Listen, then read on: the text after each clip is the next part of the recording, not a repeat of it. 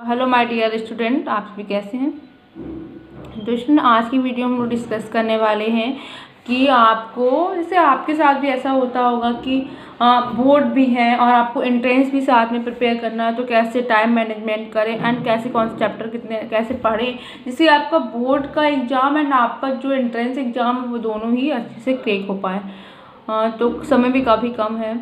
तो गाइस बता दें आपको कि जो आपका बोर्ड का एग्ज़ाम है वो हम जैसे देख रहे हैं, जहाँ तक यूपी बोर्ड सीबीएसई बोर्ड दोनों का ही अप्रैल टू मई तक जा रहा है। आपको 4-5 मई तक आपका ख़त्म हो रहा है एंड आपका जो इंट्रेंस एग्ज़ाम होगा वो इस बार का तो नहीं बोल सकते हैं, लेकिन इसे मतलब 2020 में तो आपका लेट हुआ है, मगर 2019-18 सबका देखते हुए तो आपका जो एंट्रेंस एग्ज़ाम होगा वो आपका मई में ही होगा। ऐसा आपका होगा 20-22 से, मतलब 20 से 30 मई के बीच में हो जाना चाहिए। तो आपको टाइम मैनेजमेंट के साथ चलना है, कैसे क्या करना है वो हम लोग आज की वीडियो में डिस्कस करेंगे। आपकी सारी प्रॉब्लम सॉल्व हो जाएंगी जो कि आप टेंशन मतलब आपको हो रही होगी कैसे बोर्ड का प्रिपेयर करें, और साथ में आपको एंट्रेंस भी देना है और अच्छे कॉलेज में एडमिशन भी लेना है। सभी चाहते हैं कि हम एक अच्छे कॉलेज में जाएँ जिससे हमारा जो आने वाला फ्यूचर वो अच्छा रहे। तो स्टूडेंट बता दें कि देखिए, जो आज ये वीडियो आपको बीएससी को ध्यान में रख के ज़्यादातर बच्चों के लिए बनाया गया है।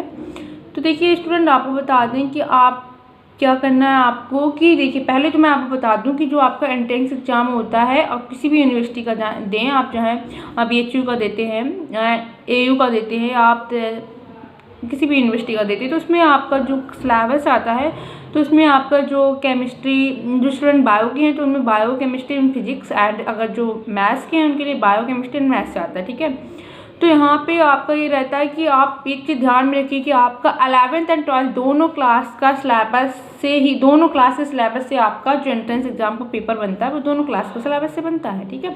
तो एक चीज़ ध्यान रखिएगा कि आपको अपने 12th के बोर्ड के साथ साथ 11th का सिलेबस जो कि आपने पहले क्लास में पढ़ रखा उसे आप भूल गए होंगे, तो उन टॉपिक को फिर से रिवाइज करना है। और टाइम कहाँ है आपके पास, 4-5 मई को आपने अपना एग्ज़ाम दिया एंड फिर आपको एंट्रेंस भी देना है 20-22, हम 20 मई को लेके चलते हैं, तो 15 दिन तो बचेंगे, तो उसमें आप अपना 11th वाला नहीं कवर कर पाएंगे। तो आई विल सजेस्ट यू कि आप क्या करिए कि अभी से ही, अभी आपका ये फरवरी स्टार्ट हुई है तो फरवरी एंड आपका जो फरवरी है उसमें आप क्या करिए कि आप ना 2 घंटे दे दीजिए, टाइम ज़्यादा नहीं, 2 घंटे डेली का दीजिए। खाली क्या करना, आपको अपने जो 11th वाले बुक्स जो आपने नोट्स तैयार किए होंगे, आप कहीं ना कहीं पढ़े होंगे कोचिंग सेंटर वगैरह में या स्कूल्स में जो नोट्स तैयार करे होंगे, तो उनको आपको खाली क्या करना है, रिवाइज कर लेना है। पहले तो रिवाइज करने के बाद उसी चैप्टर की आपने रेफरेंस बुक भी खरीदी होगी, तो उस चैप्टर के बहुत सारे रेफरेंस बुक में आपके MCQ बेस्ड क्वेश्चन दिए रहते हैं। तो जो चैप्टर पढ़ा उसके MCQ के बेस्ड क्वेश्चन जरूर प्रैक्टिस कीजिए। क्वेश्चन तो बहुत महत्वपूर्ण भूमिका निभाते हैं आपके एंट्रेंस एग्जाम को क्रैक कराने में, तो आपको वहाँ पे क्वेश्चन तो जरूर प्रैक्टिस करना है। जो भी चैप्टर प्रिपेयर किए उसे नोट्स पढ़ लीजिए, उसके क्वेश्चन सॉल्व करिए, ठीक है। और जो आपको वीडियो मिल ही रहे हैं काफ़ी, केमिस्ट्री की तो मैं वीडियो ऑलरेडी आपको दे ही रही हूँ, तो वहाँ से आप अपने क्वेश्चन प्रिपेयर करिए और ज़्यादा से ज़्यादा हो सके तो अपने रेफरेंस बुक से क्वेश्चन उठाइए, उसको लगाइए। अगर आपसे वो क्वेश्चन नहीं लग रहा है तो आप पूछ सकते हैं हमसे, एंड अदरवाइज आप क्या करिए, उसका आंसर शीट देख के कहीं से भी क्वेश्चन को प्रैक्टिस करिए।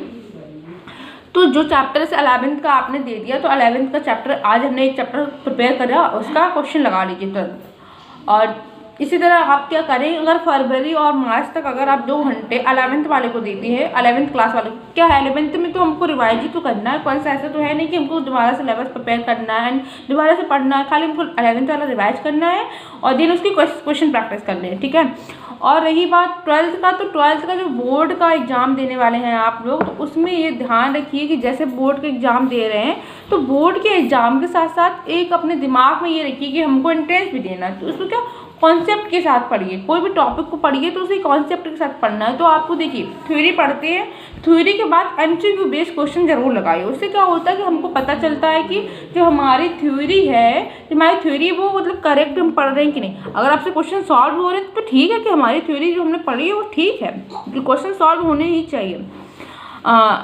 अदरवाइज मतलब मेरा सीधे ये है कि आप कोई भी चैप्टर तैयार कर रहे हैं, अभी आपको 12th का बोर्ड के साथ साथ आप क्या करें, बोर्ड का तो क्वेश्चन तैयार करिए, साथ में MCQ बेस्ड, मतलब कोई चैप्टर, मतलब हमने एक चैप्टर पढ़ा उसकी कम से कम 50 से 60 MCQ बेस्ड क्वेश्चन लगा डालिए, ठीक है। तो यहाँ पे अभी अभी अपना 11th-12th का साथ साथ में क्या कर रहे हैं, अपना 12th का जो चैप्टर तैयार कर रहे हैं बोर्ड के लिए, उसका साथ में MCQ लगा लिया। तो वहाँ से क्या होगा, आपका पूरा 12th वाला सिलेबस तो कवर हो ही जाएगा। साथ में आप 2 घंटा अपना 11th वालों के लिए दे रहे हैं, तो 11th वाला आपका रिवाइज हो रहा है। साथ में क्या कर रहे हैं, आप MCQ बेस्ड क्वेश्चन लगा रहे हैं। तो ये देखिए, आपका जब तक बोर्ड एग्जाम आप पहुँचेंगे बोर्ड एग्जाम तक, तब तक तो आपका लगभग 11th वाला रिवाइज हो जाएगा और उसके आपने MCQ लगा लिए होंगे, ठीक है। और साथ में आपको 12th का बोर्ड के लिए भी प्रिपेयर हो गया, आपने MCQ लगा लिए, तो आपका एक तरीके से एंट्रेंस के लिए भी प्रिपेयर हो गया, क्लियर। और बाकी तो आपको बहुत सारे वीडियो मिल रहे हैं यूट्यूब चैनल पे, आपको चैनल पे वीडियो मिल रहे हैं, तो आप वहाँ से अपनी क्वेश्चन प्रिपेयर करिए। बाकी जो भी क्यूरी हो उसे पूछ सकते हैं, हम लोग आपके साथ हमेशा ही आपके साथ हैं। और आपको बताना चाहें तो यहाँ पे आपके 11th की देखिए प्रिपेयर हुए क्वेश्चन एंड आपको 12th का, और आपने सारे का ही MCQ क्वेश्चन लगाया। तो इस हिसाब से अगर आप मतलब मिनिमम मार्क चलते हैं, ज़्यादा नहीं, तो अगर एक चैप्टर का आप 40 क्वेश्चन भी कवर करते हैं, तो देख लीजिए कि यहाँ से बहुत सारे क्वेश्चन आपने प्रिपेयर कर रखे होंगे, बहुत सारे। क्योंकि हमारे पास 12th में आपका केमिस्ट्री में 13 चैप्टर है, अगर और आपकी 11th का ले रहे तो उसमें बात मतलब 20, 25, 26 चैप्टर है। तो 25, 26 के अगर आप 40 भी लेते हैं, बहुत ज़्यादा क्वेश्चन हो जाएंगे। तो और आपको बता दें, तो यहाँ से आपने इतना कर लिया, फिर आपका क्या होगा, मई में आपने एंट्रेंस एग्जाम मतलब आपने अपना बोर्ड खत्म करा। उसके बाद क्या करना है, बिल्कुल रेस्ट नहीं करना। मैं मतलब 1 आध दिन का आप कर सकते हैं, लेकिन मेरे ख्याल से 1 भी दिन का नहीं, क्योंकि आपको 20 मई को अपना एंट्रेंस देने के बाद तो फिर रेस्ट ही है, आराम से रेस्ट करिए। फिर कहीं जो एडमिशन की प्रोसेस होती है वो जुलाई में होती है, फिर अगस्त से कहीं आपकी अच्छे से पढ़ाई स्टार्ट होती है, तो फिर आप रेस्ट कर सकते हैं, आराम से करिए। 2-3 महीने हैं, लेकिन इन दिनों में रेस्ट नहीं करना, अदरवाइज आपको एंट्रेंस में बहुत ज़्यादा प्रॉब्लम होगी और फिर आप बहुत ज़्यादा परेशान होंगे, ठीक है। तो देखिए, तो जब आपका मई में आप पहुँचे, तो देखिए यहाँ पे तो एक चीज़ जैसे आपने क्या करना है, मई में जैसे आप पहुँचेंगे तो वहाँ पे आपको कुछ भी नहीं करना। अगर आपको BHU प्रिपेयर कर रहे हैं तो BHU के लिए क्या करना है, आपको BHU के old year question paper BHU की वेबसाइट पे अवेलेबल है।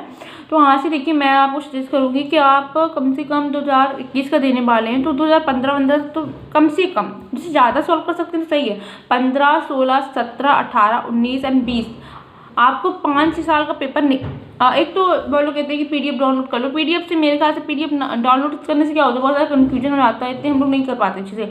आप क्या करिए, उन पेपर को प्रिंट आउट निकलवा लीजिए। प्रिंट आउट भी बहुत सस्ता निकलता है, मतलब आप अगर साथ में पेपर निकलवाते हो, एक पेज 1 रुपये का निकलता है, ठीक है। तो वहाँ से अपने जितना क्वेश्चन पेपर से निकलवा लीजिए, उसको लगाइए, ठीक है। जो सॉल्व हो जाते ठीक है, अदरवाइज क्या करिए आप ना, क्वेश्चन को जितने भी क्वेश्चन है ना याद कर लीजिए। क्योंकि BHU का पेपर अगर आप देंगे या अपने सीनियर से पूछेंगे, तो उसमें देखिए BHU के पेपर में जो आपका मान लीजिए, जैसे आपका जो एंट्रेंस वो होता है BSc वाला, तो उसमें आपके 50 क्वेश्चन केमिस्ट्री से आते हैं, 50 क्वेश्चन बायोलॉजी से, 50 क्वेश्चन आपके रहते हैं फिजिक्स से, ठीक है।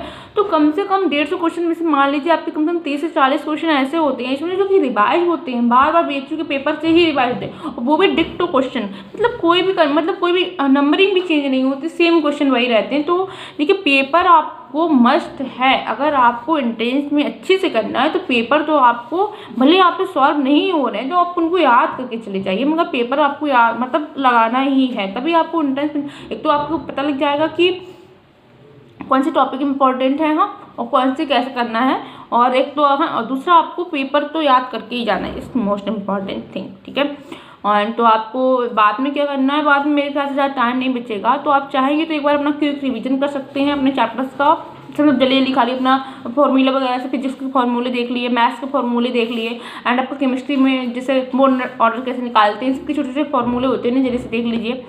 एंड दूसरा बात कर लें, और आपको बस पेपर सॉल्व करने हैं। आप BHU कर ले, अगर आपके पास और टाइम बचे तो आप DU के पेपर निकलवा लें, है, तो इनके पेपर आप सॉल्व कर लें। जितना ज़्यादा आप क्वेश्चन प्रैक्टिस करिए, और आपको BHU का पेपर, अगर BHU का देना तो BHU का पेपर तो सॉल्व करना ही है, अगर AU अपना पेपर प्रोवाइड नहीं कराते। लेकिन अगर आप BHU के TU के वगैरह के पेपर सॉल्व कर लेते तो AU की भी प्रिपरेशन आपकी अच्छी खासी हो जाएगी। एंड बाकी आपको कोई भी कन्फ्यूजन हो तो आप बिल्कुल पूछ सकते हैं। Thank you so much guys. आपको अच्छा लगा हो तो वीडियो को लाइक करिए एंड चैनल को सब्सक्राइब करिए।